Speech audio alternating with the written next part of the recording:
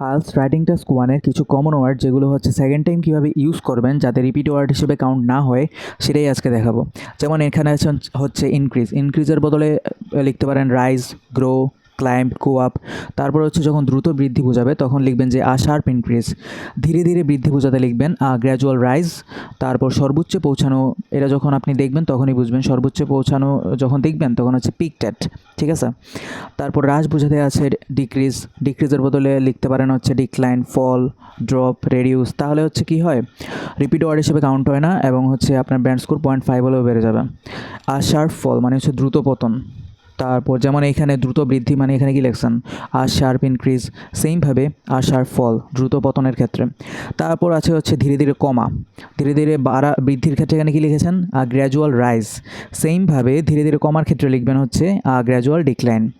তারপর এখানে যেমন আছে সর্বোচ্চ পৌঁছানো মানে হচ্ছে পিকড অ্যাট।